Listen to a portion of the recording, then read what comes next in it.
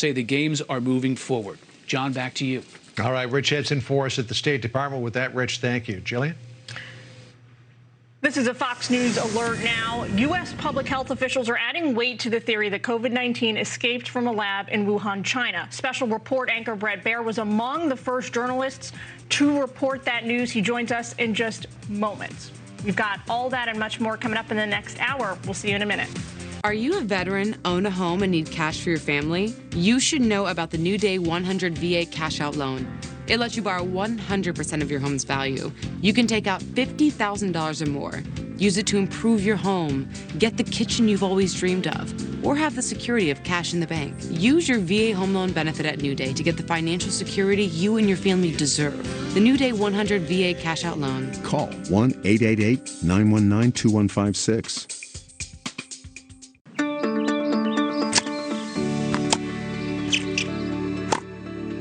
Oh, Pat.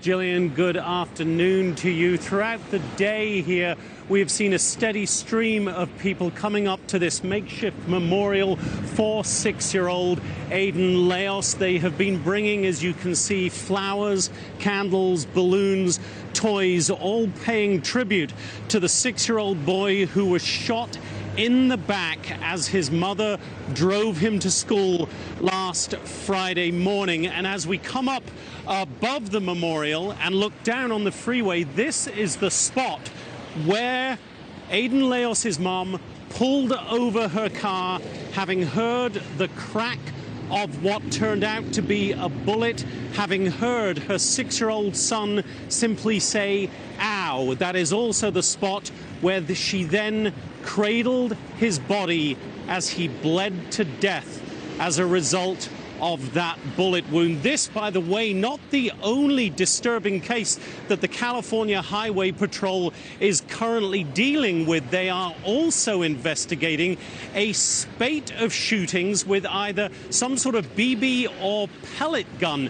Dozens of cars, certainly as many as 50 according to the CHP, perhaps as many as 100 have been hit over the last couple of months in Southern California. And you can imagine just how terrifying that is as you drive along a freeway at pretty high speeds just to find your window suddenly cracked by some sort of projectile. So the CHP very keen to find whoever is firing those BB and pellet guns. Also, obviously, very keen separately to find whomever it was who fired that fatal shot at 6-year-old Aiden Leos. Jillian? Jonathan, don't really know what to say other than thanks for your reporting. We appreciate it. John?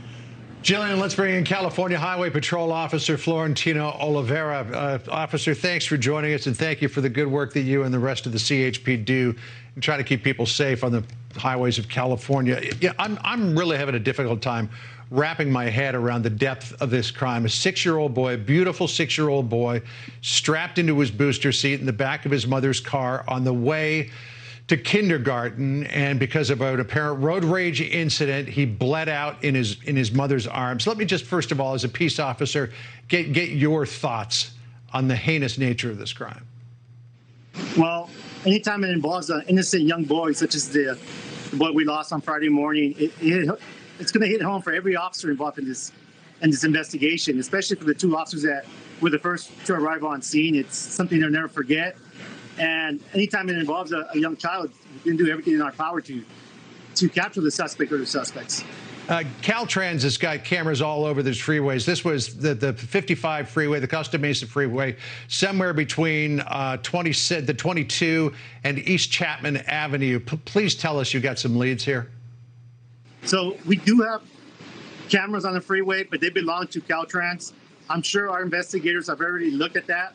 Not sure if they were recording, but our investigators are working around the clock, trying to get as much information as he can. And we're also asking assistance from the public if they were in the area, whether they were going northbound on the 55 or on the opposite side of the freeway. My understanding is, officer, that it was jam-packed bumper to bumper going southbound on the 55, and there might have been somebody that had either a dash cam or some other sort of video that might have been rolling at the time.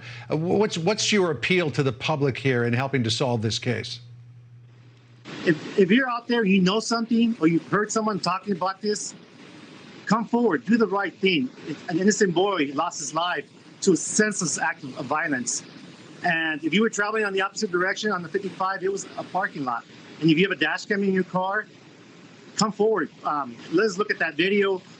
Maybe there might be information that will help us break the case. Right. Just describe what it is, officer, that the CHP and other police agencies are looking for here. So we're looking for a white Volkswagen, wagon type of vehicle on Friday morning between the hours of 7:55 in the morning and 8:15. They continue northbound on the 55. If you have any information, please come forward. All right. Do you have any idea what the tag might have been? Do you know if it was a California tag? Was it from out of state? We don't have that information. It's important that, if someone knows something, it's going to help us with the investigation. We know it's a white Volkswagen wagon type of vehicle. Right. The family has offered up a $50,000 reward. In your experience, is that enough money to try to draw out some scrutiny of people who might have been involved here, or does it need to be more? I'm not sure what amount it's going to have someone come forward, but anything that comes is added to that reward money is going to help, obviously. So if someone knows something, you've heard that conversation somewhere, say something. An innocent boy lost his life. Yeah, I mean, maybe some other good Samaritans will kick in some more because, in these situations, as the money begins to tick up, sometimes people are willing to give each other up. And how's the family doing in all of this?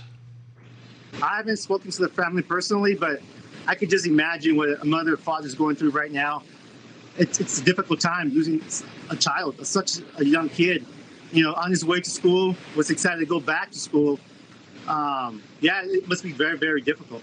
Yeah, I just can't imagine. Officer Florentino Oliveira of the CHP, good to talk to you. We hope that you and your colleagues continue to press as hard as you can to try to find out whoever was behind this. It's just a horrible, horrible, horrible crime. Thanks so much for being with us today. Appreciate it. Thank you. Wow, again, I just can't imagine, because I've still got kids in the backseat of the car. They're 10 now.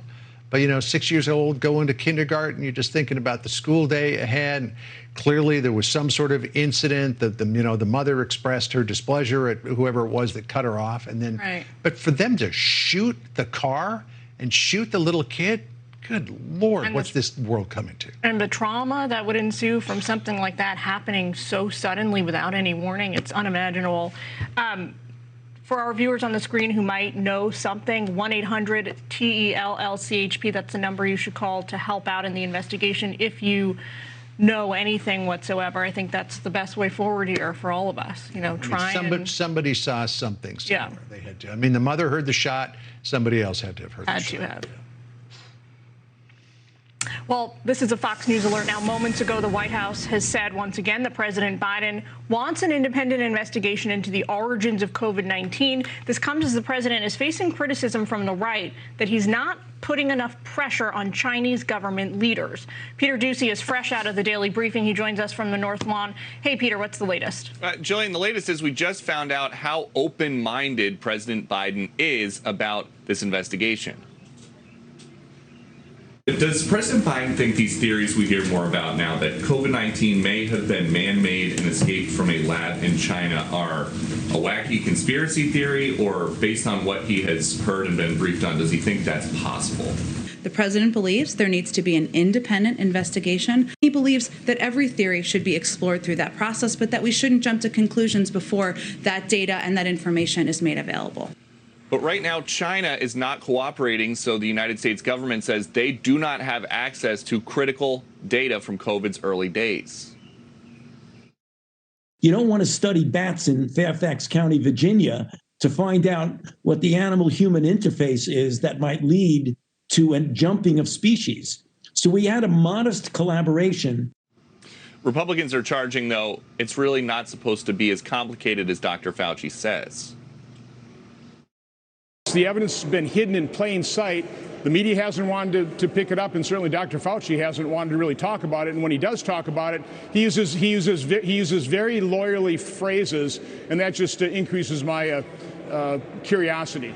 But as of right now, the White House, 2 days in a row, is telling us they are not going to push for an American-led investigation to try to convince China to give the world or give American investigators some of this underlying data that is necessary for the probe to move forward into phase 2. They are going to let the World Health Organization, which they rejoined after the president was sworn in, continue to take the lead.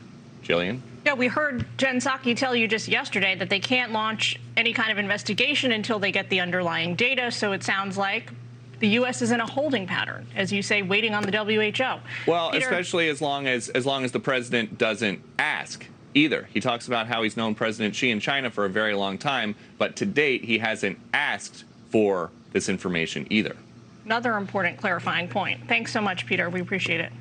Not that President Xi would be willing to give it up at any rate. Coming up next, we'll take you to Minneapolis, marking 1 year since the death of George Floyd. More on rising crime in that city after his death, and even today, when multiple shots rang out near the square where Floyd died. All this as some on the left are continuing their call for defunding the police. Republican Texas Senator John Cornyn is going to weigh in with his thoughts coming up next.